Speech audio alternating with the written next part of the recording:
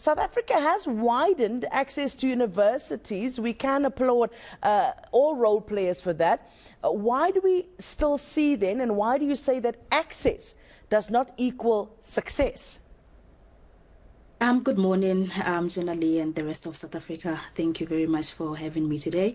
I think before I even answer your question, just a brief of introduction to say, as you've already said, I am a social investment specialist with a specific focus on education, working for an organization called Chikululu Social Investments, where we work or we manage social investment funds on behalf of different organizations, helping them achieve their social change goals in South Africa. And part of that is we find ourselves working in different sectors, one of those being education, right, where we work all the way from the ECD phase up until the higher education phase. And right, as you've already indicated, generally, what we see throughout our experience is that while there's been an increase, I think between 2002 up until 2024, there's been about 60% increase of enrollment of students in higher education. However, completion rate, are not necessarily matching the number of students who are actually entering the higher education space. And throughout our experience within Chikululu is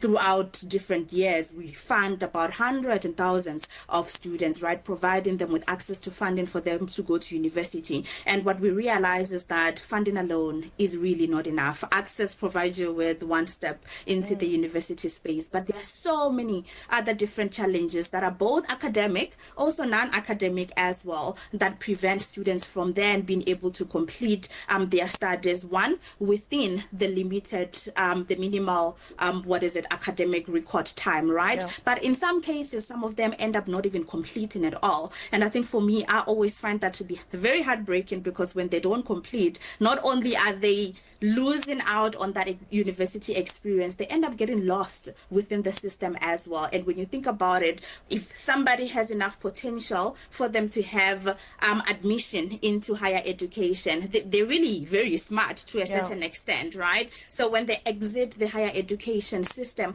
you start wondering, where do they go? Good morning, Francis. Thank you for your time. Can you please tell me, with the DA set to announce their mayoral candidate, and it's believed that it will most likely be Helen Zille, what are your thoughts on her potentially leading the City of Gold? Good day to all viewers. My name is Councillor Francis Jonker. Well, I'm not actually surprised, because they're obviously going to be there to put their best men out on the job, Ms. Helen Zille. And I'm really excited to see what Ms. Helen Zille has to offer, since it is going to be a different government, the DA. I'm not really happy about Helen Zille being implemented as the mayor, because if the council is not doing what the council is supposed to do, not meeting the mandates, what can we say about the mayor? What's more to say? Yeah. Now, when you say that you're not happy with the councillor, I guess you're saying that it's a DA councillor that's leading your community. How have they been helpful when it comes to the water issue and the other issues that have been plaguing your community? Yeah, she is from the DA. She hasn't been helpful in any way. She doesn't even address the public about what follow-ups are going to be done. She's not telling us directly if anything is going to be done or what should happen. The only reason why the community is really against her is because, the only time she appears is when there's politicians included, when the local government, when the mayor or the speaker is present. When I look at the last meeting, when Mr. Dato Morero was not present, when Ms. Margaret Arnolds was present, she was present. One thing I can definitely say is the council probably waits for a speaker or a mayor to take action, then she'll probably take action. With Mr. Dato Morero, she did not say anything. The mayor had to account for her actions, but it's her ward, So it was really confusing. And I don't know, how could they put her? I'm not really sure. Can we restart? No, you can go ahead. I'm not really sure what they have to offer, but if they are implementing Ms. Helen Zille, I hope she does a better job than what the council can actually do.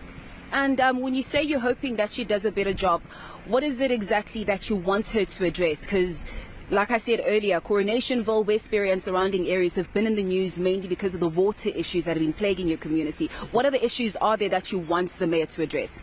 It's not only the water issue, it is crime as well, substance abuse as well. The water issue is making the headlines because, it got so much media attention. But when it comes to crime and drug abuse, the media isn't actually there and the political parties aren't there. Strings will sing, drums will dance, and South Africa's heart will beat through every note as the Mzansi National Philharmonic Orchestra takes to the road for the Voices of Home National Tour. We are very excited to launch our Voices of Home National Tour, which takes place this December in Johannesburg, Durban and Cape Town, starting in Johannesburg on the 10th and 11th of December, moving from there to Durban for a concert on the 13th, and then we move on to Cape Town on the 16th of December. We are thrilled to have with us Maren Alsop and Abel Solowache, who will perform together for us. Beyond the concert halls, Voices of Home will bring music to communities, spreading hope and harmony where it's needed most. Music reflects on who we are really as a nation and as people, and so this tour will do exactly that. But also we're not just doing concerts at the Linda Auditorium, the Playhouse Company and the Cape Town City Hall. We're also going to hospitals, in particular this year in Johannesburg. We're going to the Nelson Mandela Children's Hospital. In Durban we'll go to the King Edward Hospital, where I was born.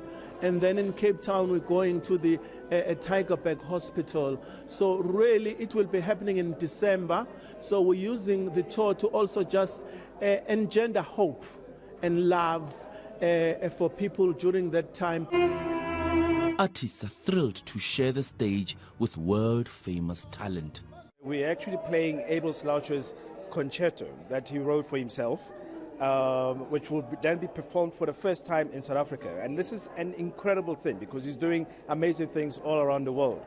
So I think what we're having here is a combination of collaboration of different worlds where we are broadening not only our artistic output but also diversifying our audiences.